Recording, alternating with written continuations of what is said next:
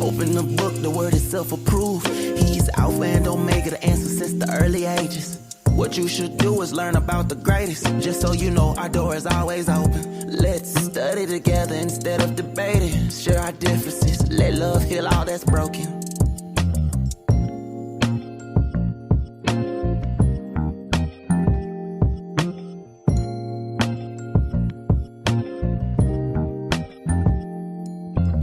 If you need truth, this is the place for you. Don't need to complicate it, it's best to keep it basic.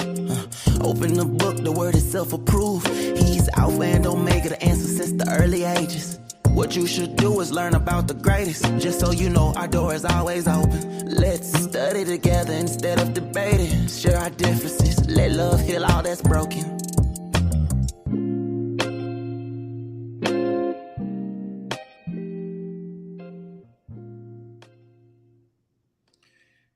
And shalom to everyone. Blessings and peace be upon your lives. This is another opportunity to bring glory to Yahweh's name, who is glorious in all things. We bless him, we exalt him, we extol him for who he is and why he is in our lives. Let's take this opportunity to pray, shall we? I bless Yahweh this day for who he is and why he is in our lives. We thank you now for the spirit of peace and joy and celebration. At this hour, we come before you, repenting of any and all sins, asking you to forgive us for any thought or idea. We ask you now that your purpose and plan be made evident and real to us. We take this opportunity to remember that man shall not live by bread alone, but by every word that proceeds out of the mouth of you, Yahweh, who is our Elohim. We exalt and we extol your holy name. These things we come before you, knowing that you hear and answer. We know that you are delighted when we serve and search out for you. Teach us greater and better now to do that. We digress, we decrease, that you would increase in this moment, in this time. In the mighty name of Yeshua HaMashiach, amen. All right, everybody. So it's a good day to be saved, a good day to be born again. And we're here on the Proceeding Word. We've got a subject that I think many of you need to get on and recognize, so that we have an opportunity to, I guess, really put ourselves in a better place. Especially when we're talking about New Year resolutions and New Year resolves and all these wonderful things we like to talk and tout in these seasons. But we want to make it our business to remember these things. I'm leaving the chats on today. I'm asking you guys to invite our dear brothers and sisters who are usually here with us. This is going to be something that should help the masses.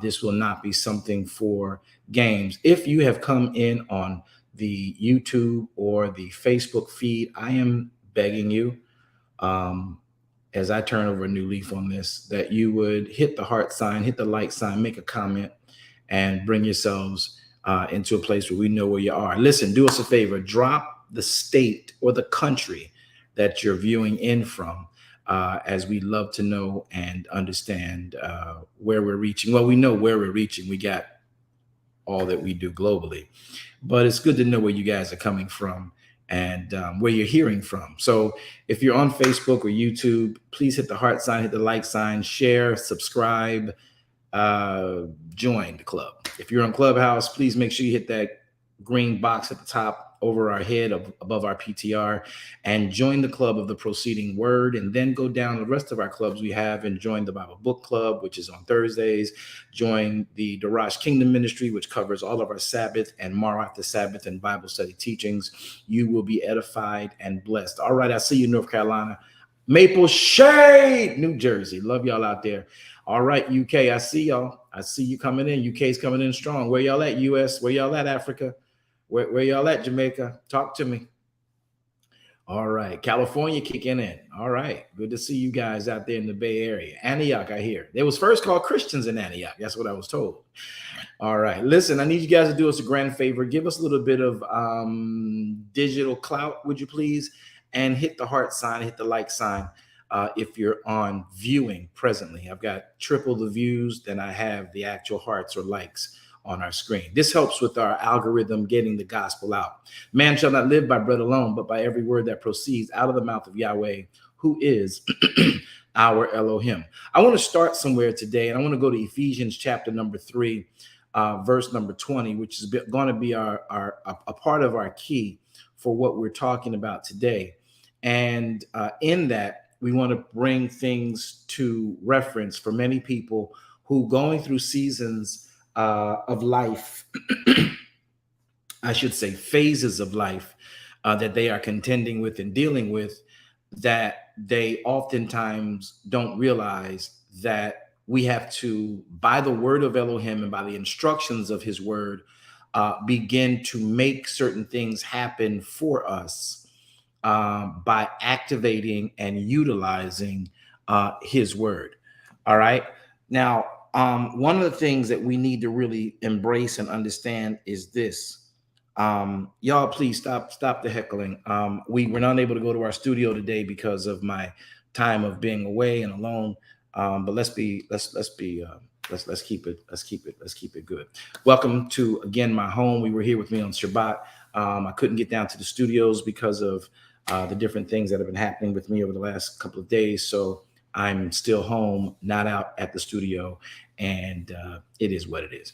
So just, you're here to hear the word. You're here to look at the word. We're here to talk about the word. Let's do that. How about that?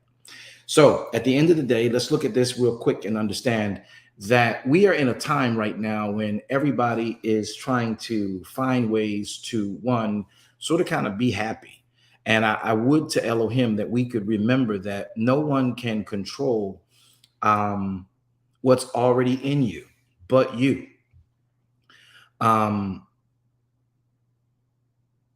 I want to make sure that we do this clarion call, and I want you to make this clarion call with me, and I want you to speak even to yourself to bring them out. You and I are responsible for the choices we make.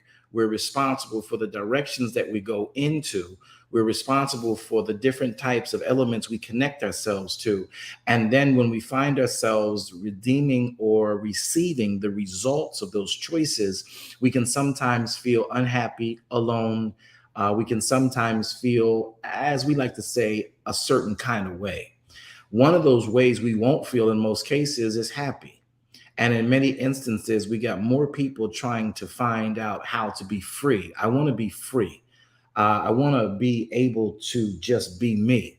One of the things that I'd learned over this little sabbatical I've taken here these last few days is something that had to be reiterated in me that I received many years ago, but I sometimes, and we oftentimes can, gravitate back into it.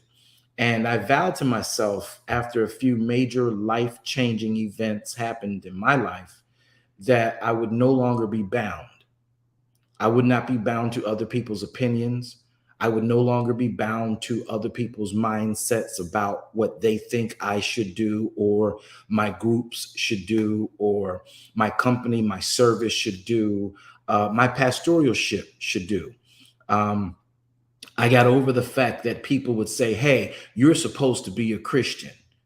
And I'm like, well, no, I'm supposed to be a human. And Christian is a thing I choose. And right now, with what I chose as Christian, I'm not liking it. So way back then, that's pretty deep. Y'all can talk to me. It's okay. Keep the chats on today, and I want y'all to chat and share. Nobody's sharing the room. This is going to be one of the most profound. Nobody shares the rooms. All right. So I've realized that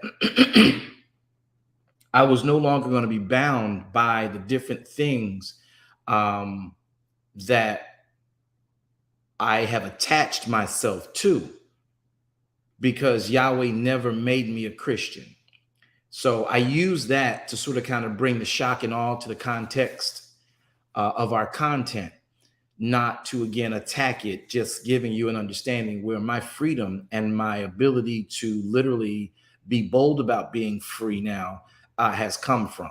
And many people have to be free from being someone else's opinion of you being their husband. Some wives have to be free of the husband's viewpoint of being their wife. Whoa, what in the world are we into? No, just hold on. I am not saying to break up or divorce or anything of that nature, but we have preconceived ideas about marriage. We have preconceived ideas about ministry. We have preconceived idea about friendships. We have preconceived ideas about how a person should understand you, and you nor I properly communicate. And then that which we do communicate teaches them, though in error, how to treat us. And then we, unaware we've been sending the wrong instructions, get the treatment we left them with. And now we are no longer happy. And we are in many cases put into some form of bondage. And therefore, I need you to understand, in order for you and I to have what we really want, and many of us just want to be happy. That's our cry. Many of us just want to be, many of us just want to be free, free to be me.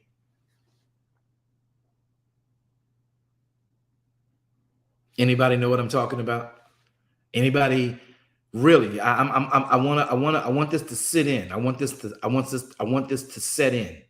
I want the broadcast to reflect this, and those who will view this later to understand this. Many of us are struggling and lying in our lives because we're not being us. We're being what I'm going to talk about Christendom, because right now we're on a Christian talk show. A religious talk show. I want us to understand that we oftentimes we're lying to ourselves and we lie to others. If y'all are on this platform with me, would y'all please hit the heart sign, like sign? I got like 50% people watching and less 50% hitting the heart sign. Can I balance out my views with my hearts and likes, please? Can y'all do me that favor? Since I don't take gifts and stuff, could y'all give me that? I'd appreciate it. So, where we have allowed ourselves to enter into, we've just slidden down into these types of ravines where we are fitting the mold of something we attached ourselves to. I attach myself to the golf club. I attach myself to basketball. I attach myself to boxing. I attach myself to the church I go to. I attach myself to Kroger's. I attach myself to ShopRite. I attach myself to all of these different things. And then when I'm disappointed in the thing I attached myself to, that disappointment, if not properly monitored, and if not given the proper authority by me, will literally bring me into an unhappy, or in many cases, a state of bondage. Now, I want this to really settle in our hearts. Only you are in control of your happiness. Only you are in control of your freedom. I didn't realize that until I was born in an environment that demonstrated the life of my day and culture. And my life of my day and culture was gangbanging, gang war, drug, trafficking, pimping, balling, just to survive, living life for the city. And so when you are nurtured in a culture, you do what the culture is until you realize that you don't have to live the culture you were in. You should appreciate the culture you're in and then look to make the best of it. But you can oftentimes be bound to that culture, and that's just a mental play. So many of you are Christians because your parents were born in Christian homes, because there was an indoctrination by the Catholic Church many, many years while they were colonializing other countries. And then they carried on certain constructs and certain instructions over to its masses to say, when a person is born in your neighborhood, get them baptized, get them Christianed, and keep them in the faith so we can control the masses. That is a stark fact. It doesn't mean that knowing the Savior and knowing what Elohim represents is a bad thing. It's just that many of you are in a faith system because you were born into it. And somehow you got convinced that that's all you know, that's all you need, that's all you are. I believe that when I broke free of my cultural prisons, when I broke free of a prison in that culture of drug addiction, I realized that I was trying to break the addiction in the culture, but the culture was also telling me that you will always be an addict once you're an addict. I need y'all to really listen to what I'm saying and not judge what I'm saying until you've heard the whole. And so while I was in my addictions, I tried to quit, but while I'm trying to quit, while I'm trying to kick, I'm still hearing the narratives that the program works when you work it. I'm hearing these confirmations that are supposed to be affirmations, that are supposed to be encouragements to me, that would say you're always going to be an addict. You got to learn how to manage it. That meant that though I'm getting help for a problem that is causing me, my family, my community a great deal of detriment, I will never ever shed this. I will always be this. And therefore I have to change the way I live so I can be a better me having this tethered to me. That's what the narrative was. That's what, in my trying to be free of a prison I was trapped in, my parole from this mental cultural prison kept me tethered to this statement that I would profess, because they that are helping with me with my break talk, they would say to me that you're never going to break this. You just got to learn how to manage this. And while you're trying to be rehabilitated, you're being told you just have to live with this. Let us give you medications or these tools to aid you along your journey of trying to reclaim the innocency without this toxic substance, mindset, or mentality. And so it's a defeated position until I got saved. No, I didn't say until I came to church, because it was in church I got addicted. Can I talk to y'all today? See, it was in church I learned how to smoke and roll my first joint while my parents were in all-night prayer. Y'all not want to talk to me today? I'm gonna be short, trust me. So it was in church where I learned how to actually snort cocaine, because while they were inside doing all-night prayer, we were outside in the parking lot, inside the cars, whether it was winter or daytime. Someone old enough to get the keys from mom, turn the cars off, turn the cars on, get some air, turn the air off, not waste the gas. But we would be in the cars or walking the streets, and while they're in church and they're doing whatever they do with their meetings, we're up and down the streets, in and out of the woods of these rural communities I lived in and love. And I'm not talking bad about my experience, because I was not an unhappy addict. I was not an unhappy crack user. I was not an unhappy weed smoker. I was not an unhappy blow snorter. I was not an unhappy heroin user. I was not unhappy. I was not conflicted. I was a happy addict. What made me a non-addict was when I came to the knowledge of what salvation is. Though I learned about salvation through church teachings, it was in the place of the teachings I got addicted to what I was addicted to.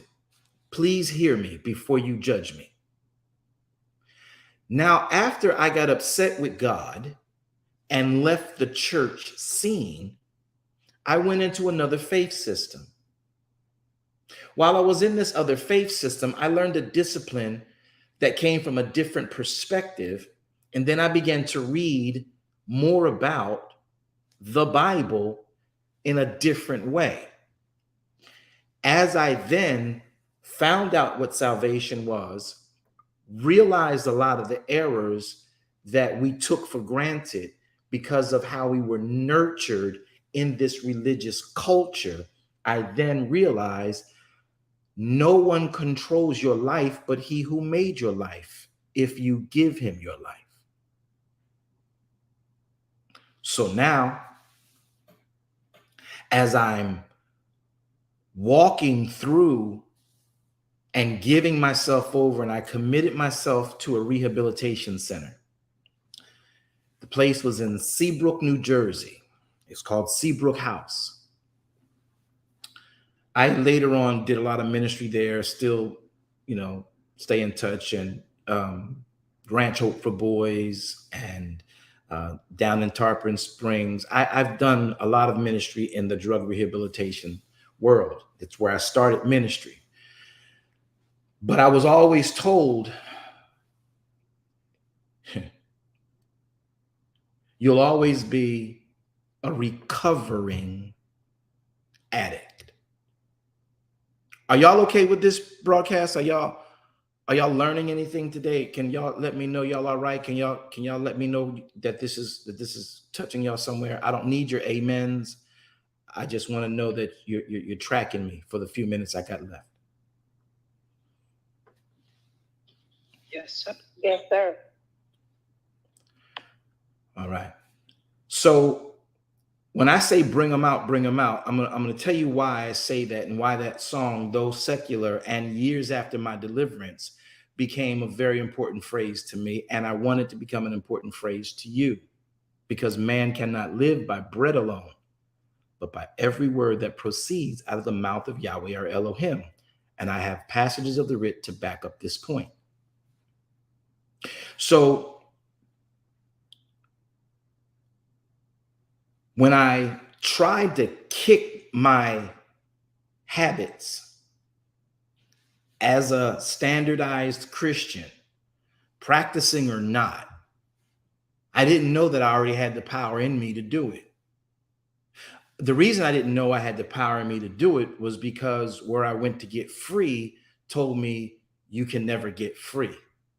And when you're going to someone for help and you are vulnerable to receive their help and what they have to say, and you are impressionable based on what they have to say, and they present case studies, and they present all these different programs that they say have been working globally for all these years, you tend to want to become a student, and you become subjected to the narrative.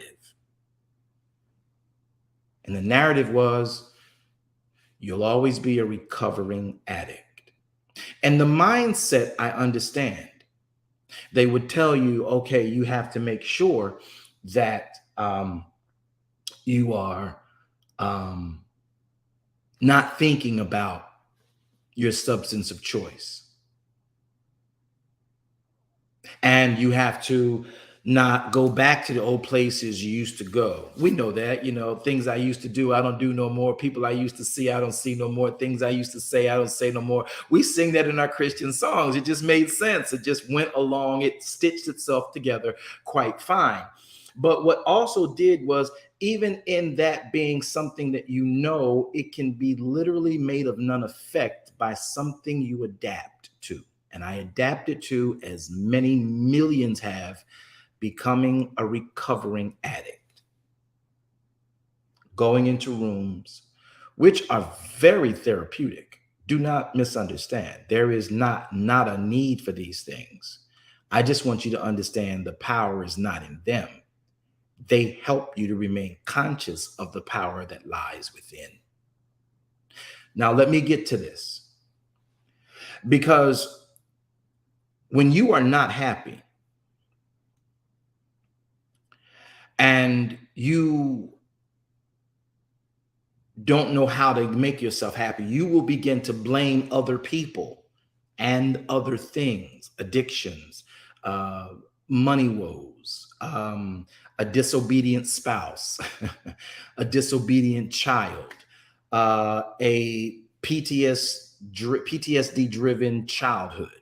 You begin to blame everything else for you not being happy. You begin to blame church hurt. You begin to blame your being molested as a child, or being raped as a young adult, or being disrespected as a peer in a group and a genre.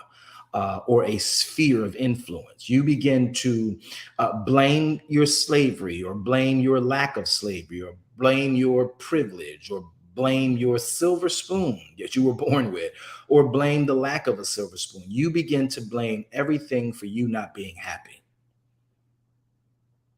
And then, because of so many different opinions in the world, you begin to listen to gurus or psychologists, or you begin to deal with different concepts, and this 8-step program, this 10-step program, this 9 steps to moving you out of depression, this 12-step program to get you off of the focus of your addiction and onto something else, or this 7-step program to have a better prayer life, this 9-step program to prosperity. And we begin to rely on things that we attach ourselves to by human concoction. I want you to hear this. And when those human concoctions, which are destined to do, fail you, you're back in that cycle. You're back in the abyss of being unhappy, because the path you were on, you thought was going to get you to the light at the end of the tunnel, does not have a ladder, a bridge that's going to cross over what you can't see in this dark cavern you're in. See, I'm talking from the depths and the cores of my dark experiences. And so you have to begin to understand, as a human being looking just to live. How many of us just want to live? We wish we could. Many of us wish we could go back to being children. Well, guess what? You can't. Naturally, like Nicodemus was told, no, you can't crawl back up in your mother's womb, but you can be born again. What is Apostle talking about? Many times, the ideas of man have aspirations that we can sort of kind of make it make sense, but we should never take an ideal of man unless we run it through the creator of man. Let that be a quote. Can I get an amen? I'm gonna say it again. If y'all believe it, when I get done, say amen. Never take an idea of man unless you run the ideal through the creator of man. Amen. Amen. Amen. Okay. And you've really got to pay attention to this. Now, here is where we're going to move on and get to the end of our broadcast. Bring them out. Bring them out. I remembered being put on what's called the hot seat. That's one of the manipulatives that certain drug rehabilitation or rehabilitation programs may use, where if they think a person is so into themselves and selfish that they will take a few days and have people inquire of that person's life. So when you're isolated in a program away from your family, you naturally, by Maslow's hierarchy and understanding of that, you gravitate to what you think you need. And then people present themselves and they can make you feel like this is a safe place. I got your back. We're in this together. I'm here too. You're here too. Whether they're Muslim, whether they're Hare Krishna, whether they're Christian, whether they're Catholic, everybody, drugs and addictions they're not prejudiced. They don't have a preference, it's just what it is. And while I'm in the program, all these different faith systems, and of course, the typical ones, oh, you just gotta believe in God, just trust God. And then I got brothers from Islam. who are in there, and they're like, hey, Allah, and we got to pray, and they doing their prayers 5 times a day and turning to the east, and all of these things are going on. I understand each one of these processes. I understand the Catholic bringing in the father from the nearby parish to come in and have a prayer program. I got the other pastors of the Protestant Christian programs coming in, and they're setting up a day for their teaching program. We got the imams from the mosques within the area coming in, and they're having their moment of explaining how the God of their understanding has the power and ability to bring you out. And then it would be always tethered to you making sure you came to their fellowship or the facsimile thereof. Now, I'm in here having come through what I know of Islam, come through most of my life in Christendom, come through what I know by relative relationship to Catholicism, and come through all of these different things and these brothers who keeping it real. And then there are the atheists. Oh my goodness. But in a program such as 12 Steps or AA or NA or NA, whatever those programs are, most of them were based on a book called the Bible. Islam could draw from it because they utilized the Torah, they utilized the Tanakh. Christendom, of course, they didn't understand the Bible, but they used all of it to make their claims. Catholicism, and they're the leader of the daggone ring. So it becomes a inundation of people's ideas about the Creator himself. So they took me on what they know to be. And I told them, I don't want to hear from, I got pastors and leaders and all that. I don't want to hear. I'll come and listen to your program because you got to if you're in the program. You're paying $20,000. You might as well participate in whatever they're thinking. Maybe something will click. So as you sit, you look completely unbothered by what they're saying. Some people crying, they're getting their breakthroughs or whatever you want to call them. And I'm at a point where I've heard it all, seen it all, I've been in a church for years, and churches we were associated with that we might not have agreed with, but we did associate with. And they're spitting up green vomit every deliverance service. And then there's 24-hour prayer, and then there's all night prayer, and then there's all this stuff, and people getting delivered. And those same people are still in this program like I am. And so over time, they start to talk to you. So for about 7 days, different people just sort of kind of cuddle up next to you to let you know, hey, you're welcomed. Hey, if you need something, you want to talk. And then they start asking you questions, and you ain't got nothing to do. You can't work. You can't use your cell phone. You can't go use your laptop. You're in there for self-help, self-care, and you're relegated to what the program is. And the program is you getting to know you, but you have to follow their program to get to know you, which may not be best for you. But you're there. You can't go anywhere. You can't leave campus. You can't call an Uber. Uber didn't even exist back then for me, but you can't do that, right? You can't order in pizza. You can't do any of that. So you're left to talk. And you're talking to people who are telling you their story, and then you find yourself seeing some relative, some empathy and some sympathy for them, and you part counsel each other, and then part, get on each other's couch, and, you compare your stories, you compare your war wounds, you compare your, some of your trauma. Be careful because, you can't say the wrong thing in here because you can end up in jail, especially if you're in a drug game and got in addictions. You've done something illegal. So you got to be careful what you confess. And now you're playing this mind game, and everybody's talking and you're having these things. But here's why we say, bring them out, bring them out. All these ideas of humanity inundate your mind. All these things come at you, and you're trying to be as best you can, non-irritated. And then they take you, as they did me, on day 7.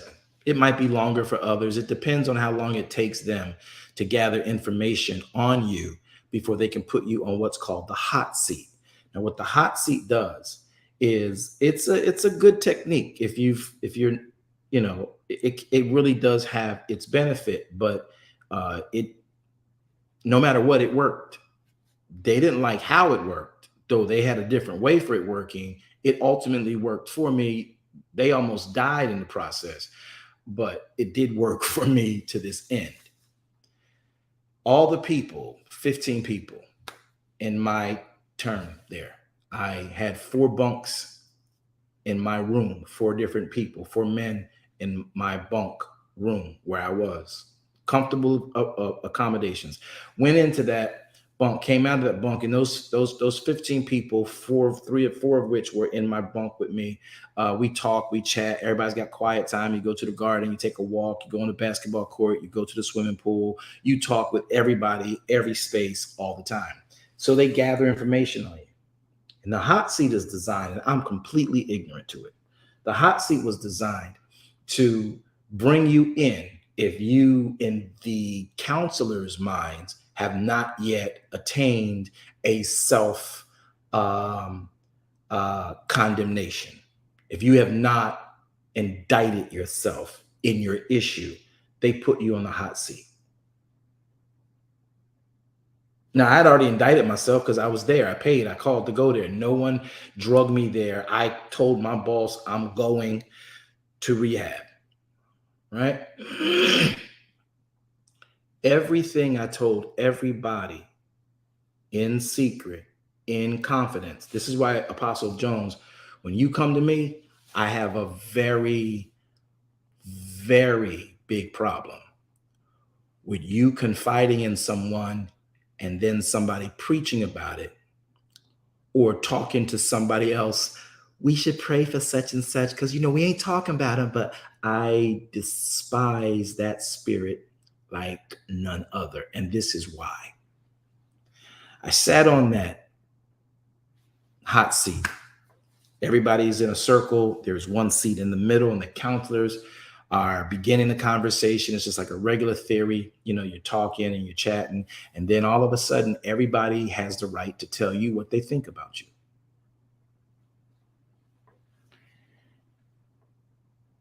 And then they use what you've told them. You just you got your issues with your daddy, and you blaming the race. You got white people, Hispanic people, Asian people, Black people, all different faith systems, and everybody took their own piece of their conversation with you, and they didn't even know it, but the counselors knew how they manipulated this.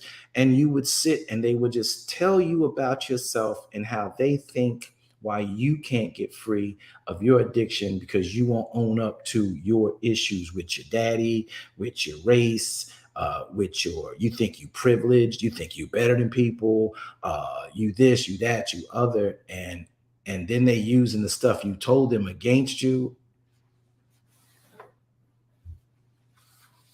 And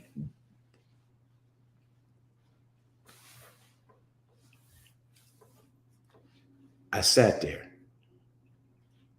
and I listened. And I'm thinking about how I'm going to bring harm to each one of these people once I get off this thing, because I'm a manager at my job. I'm a pretty high up manager, so I got to be dignified. And I'm thinking about how to let their brakes fluid leak out their car, who I can call to find out where they work. So when this is over 4 months from now, I can walk up on them in the dark and then let them know who I am. I'm really, in my mind, going into my dope boy. Oh, this what we doing? I stood up and the counselor said, "You got anything to say?" I guess they expected me to break down, cry, and all this. And instead of me crying like most people apparently had done, instead of me, "Oh, okay, I hear y'all, man, I feel your group hug," it backfired. Didn't work for them that way. I stood up. And if y'all know about this guy named Dolomite, Dolomite was an entertainer who was a comedian, and he made his rise to fame by cussing people out and cussing about things. Down in the jungle deep, signified monkey speak. Okay, flashbacks for some of y'all okay. Then there was this guy named Richard Pryor. Y'all okay with Dolomite? Y'all all right? We good. Taking me back, Apostle. Take me back. Anybody know about that down in the jungle deep? Absolutely. Okay. All right. And then there was this guy named Richard Pryor. And then there was another guy named Red Fox. And I would listen to their albums over and over again. And that's how I learned how to cuss. And I tell you, I stood up, and each person that had their say, I told the counselor, I said, now make sure nobody leaves while I talk to y'all now. That's not how this works. I said, I don't give up. And I went off. Dolomite, Richard Pryor, Eddie Murphy, Kevin Hart wasn't even born. I think I brought him into existence. I cussed everybody out in that place, and the anger and the vein in my forehead. If you ever see me get angry, there'll be a vein, two veins. One goes this way and one comes slash down the center of my forehead. I turn beet red. My hands turn beet red like I'm Gohan from some anime. And I just went off. And the counselor's eyes were like, oh my God, what we done did. And I'm like, I'm not going to hurt y'all. But I let them know what I felt. I walked out of that place. I went across the halls, got into my dorm. Nobody came into that dorm for 24 hours. They had to replace the 4 people that was in those bunks with me. Because if you came in that room, I promise you, somebody was going to get hurt. That was on day 7. That night, I ended up going into who I was. And what came out of me was one word and a picture of my apostle making this statement. She flicked her finger. And there was this song by Andre Crouch that was out years ago. And it says, Jesus is the answer for the world today. Above him, there's no other, for Jesus is the way. Now, with that song, there was always attached to it this one-way sign, like a street sign. And it would say one way and point the arrow. In the arrow would be the words one way in black or green. And the arrow was white and the letters would be the color of the background. Many of y'all might remember that. And that was the vision that I had in my head. And it was my former pastor, who was my apostle at the end of my life, at the end of her life. I had walked away from the church. I went into Islam, walked away from that, and got into this dope deep. She was what I saw. And she just did this one thing I knew what she does. She flicked her pointer finger and she says, there's only one way. And all I could think of was all those 15 different opinions of man, including the counselors and the different faith systems. None of them can free you. It's got to be out of you. I then got on my knees and I said 3 words. When I said, well, here's what I said. This is verbatim. I got on my knees after seeing this epiphany, I guess, this vision, I guess, of my apostle. It was just a bust, just her head and her shoulders and her finger, and pointing, Jesus is the way. And instantly the song, Jesus is the answer, came to me. But it was different than just the song, Jesus is the answer. What it was it reminded me of the word, which is what my apostle always, ever, only taught, which is why that's all you'll ever get out of me. Keep your religion, but I'm going to give you the word. And I said, God, the God of Jesus, if you're real, here's the 3 words I said. God, help me.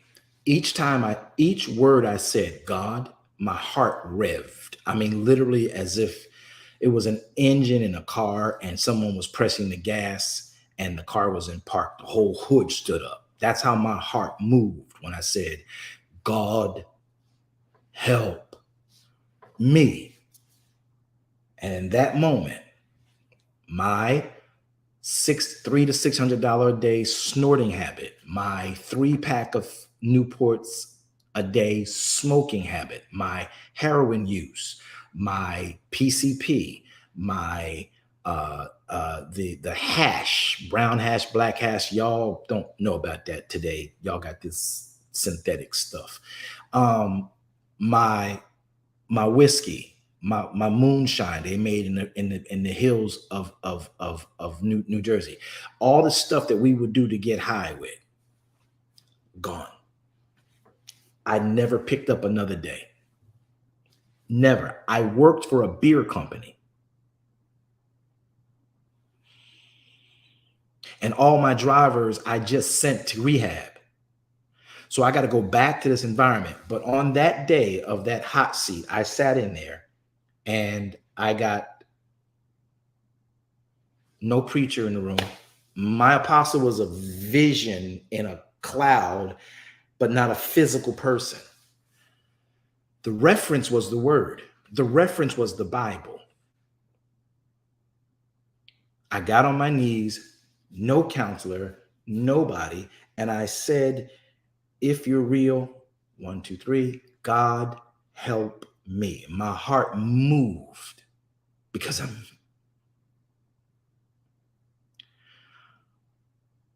I meant that from the core of my being. That dark black hole I kept pushing drugs, money, and sex down into, thinking it will fill up and give me some completeness. And that day, my habit I tried to kick for over 20 years. That was the last time I picked up, smoked, drank, anything, except the time I had to take a meeting with one of our biggest sponsors, which was Heineken. And I had to have that beer at that lunch because that's what we do in that business. It was a tasting test, and I'm operations manager for one of the biggest dispensaries, distribution centers on the East Coast of New Jersey.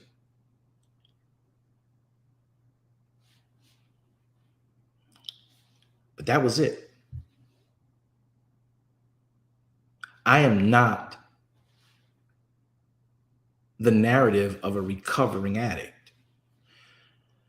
Because of the word of God in you, watch this, you are an ex-addict if you make that proclamation.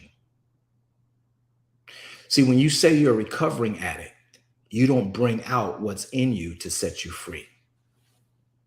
It's the word of Elohim that does it. Watch, Ephesians.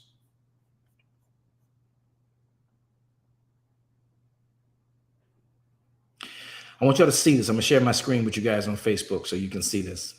Ephesians chapter 3, verses 20. And I want every believer in the kingdom of Elohim to get this and embrace this because it's extremely important. Ephesians chapter 3, verses 20. You know what? I'm going to go up to verse number 13.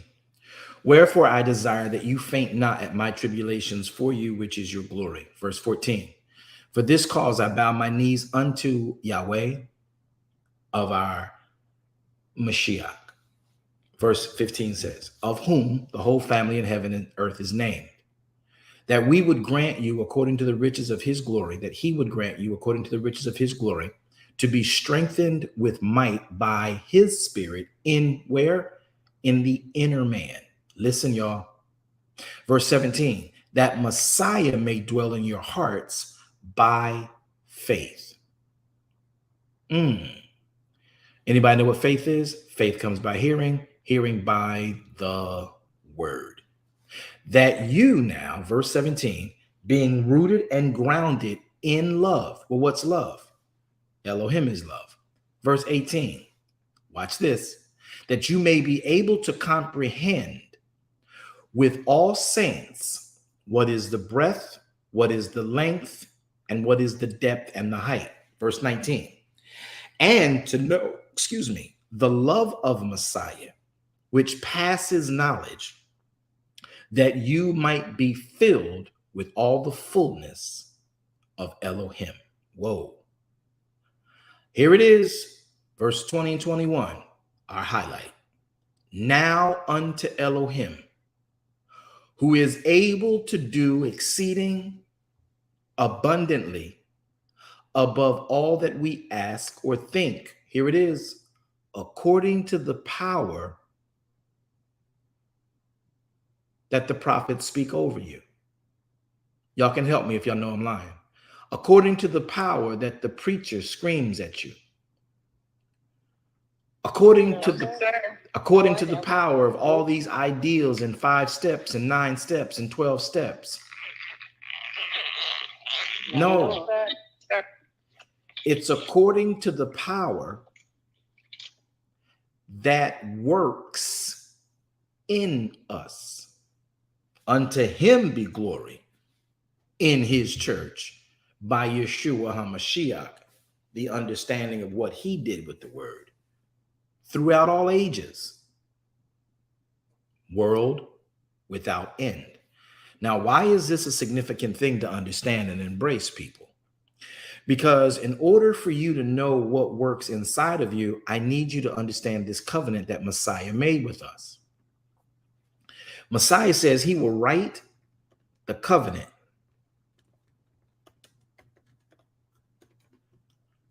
I want to give this to you.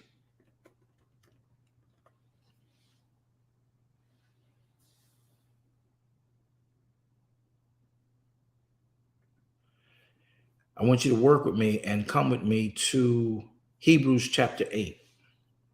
I want you to get this. Okay?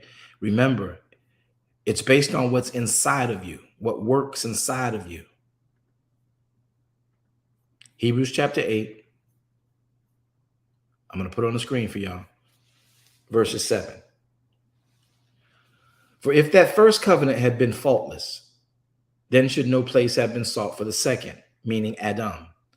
For finding fault with them, he saith, behold, the days come, and says Yahweh, Adonai, when I shall make a new covenant with you. This is what Adonai says. I will make a new covenant with the house of Israel and with the house of Judah, not according to the covenant that I made with their fathers in the day when I took them by the hand and I led them out of the land of Egypt, because they continued not in my covenant, and I regarded them not, says Adonai.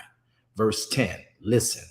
For this is the covenant that I will make with the house of Israel after those days, says Adonai. I will put my laws, my Torah, into their mind, and I will write them in their hearts, and I will be to them a Elohim, and they shall be to me a people, and they shall not teach every man his neighbor and every man his brother, saying, know the Lord, for they shall know me, from the least to the greatest. Why do we say bring them out, bring them out? Here's why. Because everything that you need is in you. If the word of Elohim is in you, you are the only one that can bring out your freedom. You're the only one that can bring out your happiness. If you never view my programs Another Day of Your Life as a global ministry, I am completely fine with it. If I never talk to anybody who sees what I teach differently, I'm good. If you want to talk about me like I'm the creature of the Black Lagoon, I am so good and at peace with my life because of understanding freedom by this word. I could care less what you think. I could care less what you feel. I could care less about anything that has to do with my freedom, my happiness that another opinion has. And our problem within Christendom and in general, certain genres of people, is that we're so concerned what other people think about us. But when you worry about what the word thinks about you, I can do all things through Messiah who strengthens me. You'll never be nothing. You'll be just like your daddy, just like your dumb mom. You'll be this, you'll be that. Stop worrying about what people think about you and know what the Creator thinks about you. Bring them out. You want your happiness? Bring it out. You want your freedom? You want to be free? Bring it out. You want to break this mold of what it means to be married a certain way and in a relationship a certain way and what it means to be successful in this world? No, you don't go by world dictates. You go by his word. See, that's what's working in you, whether you realize it or not. When Messiah died and we have the time of the cross, from that point, the covenant, the new covenant, was him writing the same words he gave Moshe and Israel at Mount Sinai. He's written them in our minds and he's written them in our hearts. The question is, will you go into yourself and bring them out? Bring them out. Bring them out. You want happiness? Bring it out of you. You want freedom? Bring it out of you. You want sovereignty? Bring it out of you. You want your autonomy? Bring it out of you. You want to be free of the bondage of the past and the PTSDs and the trauma you've suffered? Bring the word that heals and comforts out of you. Bring them out. Bring them out. You got to do it. Tony Robbins, no disrespect, can't do it. Les Brown, no disrespect, can't do it. I said their names. I don't even know why I did. I hope I don't get in trouble. But any guru who is giving you good information, I don't care who he is or she is, we can only lead you to the water that you should drink. But everything you get led to may hydrate you, but it could have some lingering side effects. But the word of Elohim, we want to lead you there, because now are you cleansed by the washing of the water, which is the word of God. If I can get about 15 people just to say, bring them out, bring them out. Bring them out. Bring them out. Bring them out. Bring them out. Now, why is this significant? Because we have this place, even in the writ, moderators. I want you to go to this last passage, John 8:32. I want you to go to John 8:32 because I want to bring this and seal this in so that we can all grab this. John 8:32. Listen closely.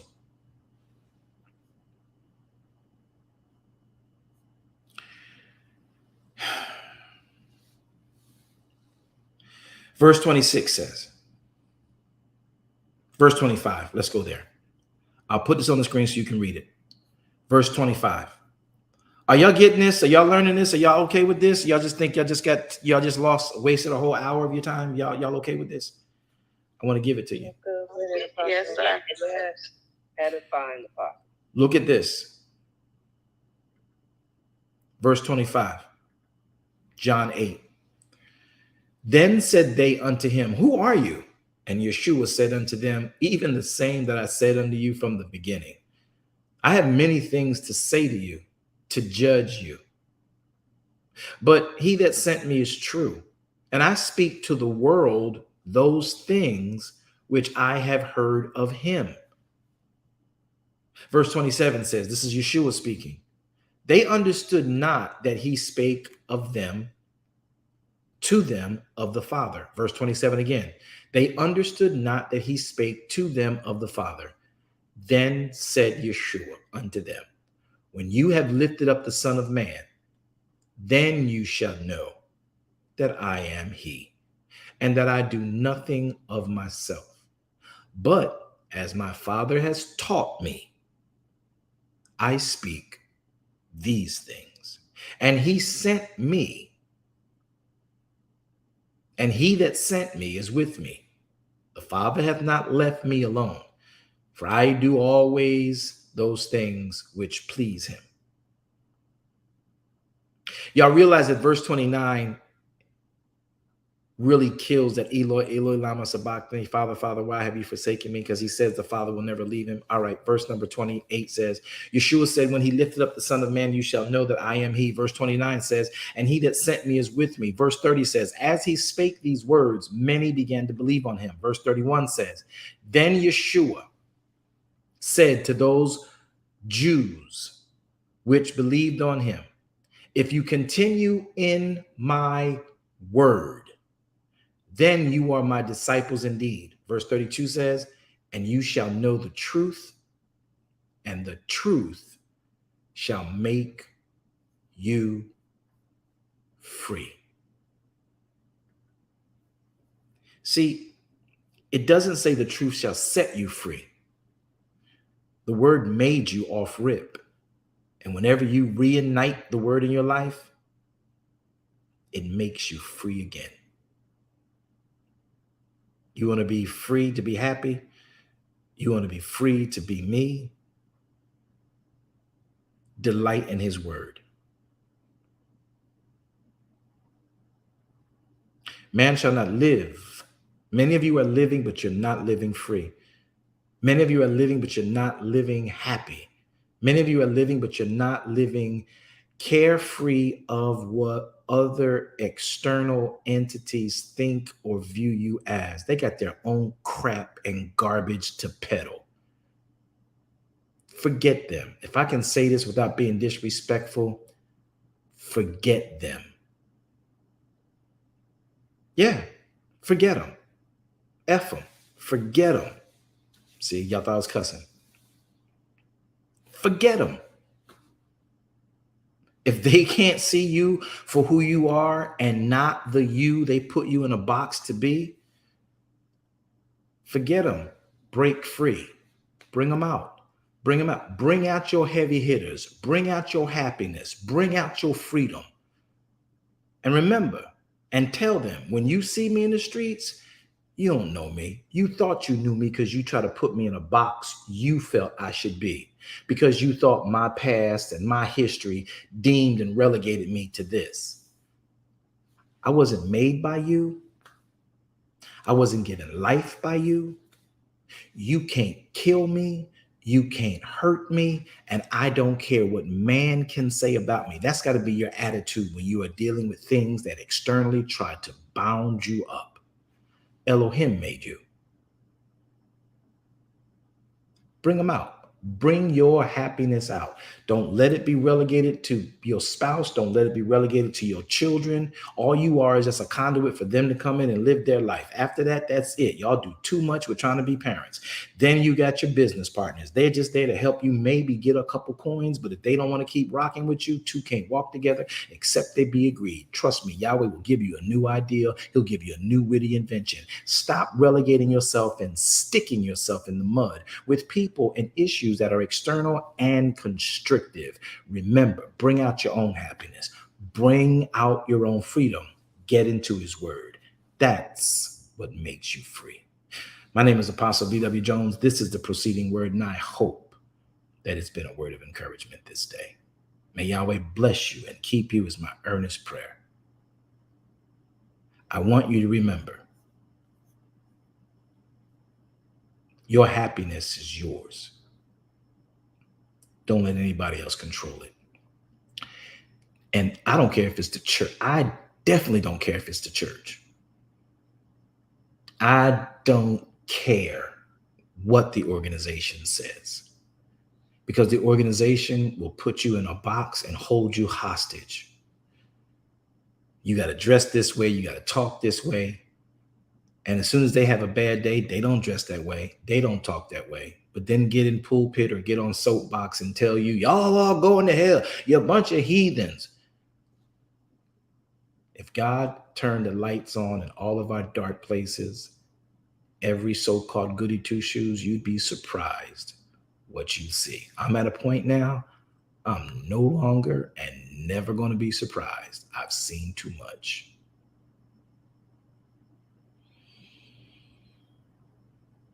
Father, I thank you for the opportunity to share your word. I hope that I've done you justice. I pray that the testimonial was not to brag, but to show people what being free is. To show how a narrative can make of no effect your word if we believe the narrative, if we believe man's idea and don't filter man's idea through the creator of man. You, Elohim, your words made us, and your word made us and we were free. Your word again in our lives makes us free. Today, we ask you to help us. You put the word in our mind and you put the word in our heart. Help us to bring them both out. Help us to bring out the word in our mind. Help us to bring out the word in our heart. Help us to bring out your word you placed in those areas so that we could know you greater and better. Bring them out. Bring them out. Help us to bring it out. Help us to bring out that word. Bring them out. That we might live, be happy, be free in your shalom. In the mighty and the precious name of Yeshua HaMashiach, we pray and we say, Amen. All right, Zion, it's been a joy talking with you guys. If this has been a blessing to you, I hope you'll share this program. I hope you'll share the room. I hope you'll make comment. And I hope that if you got a question about any of this, you can contact me directly. Don't ask my neighbor. Come to me. Don't be afraid. All right. That's my joy for the day. Hope to see you guys again real soon. This is yours truly, Apostle V.W. Jones. We'll chat again soon.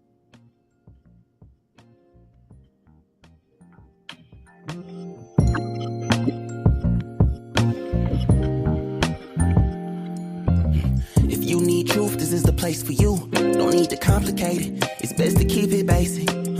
Open the book, the word itself approved. He's Alpha and Omega, the answer since the early ages. What you should do is learn about the greatest. Just so you know, our door is always open. Let's study together instead of debating. Share our differences. Let love heal all that's broken.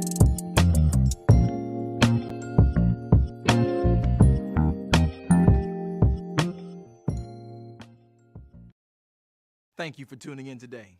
I hope that this message has been a blessing to your very life and your soul, and more importantly, your walk with the King.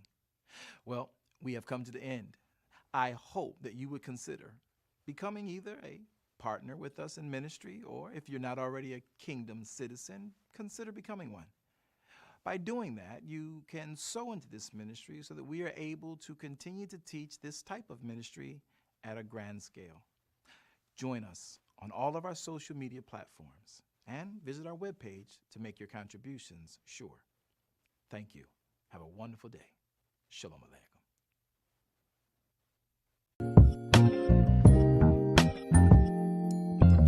If you need truth, this is the place for you. Don't need to complicate it. It's best to keep it basic. Open the book, the word itself approved. He's Alpha and Omega, the answer since the early ages. What you should do is learn about the greatest. Just so you know, our door is always open. Let's study together instead of debating. Share our differences. Let love heal all that's broken.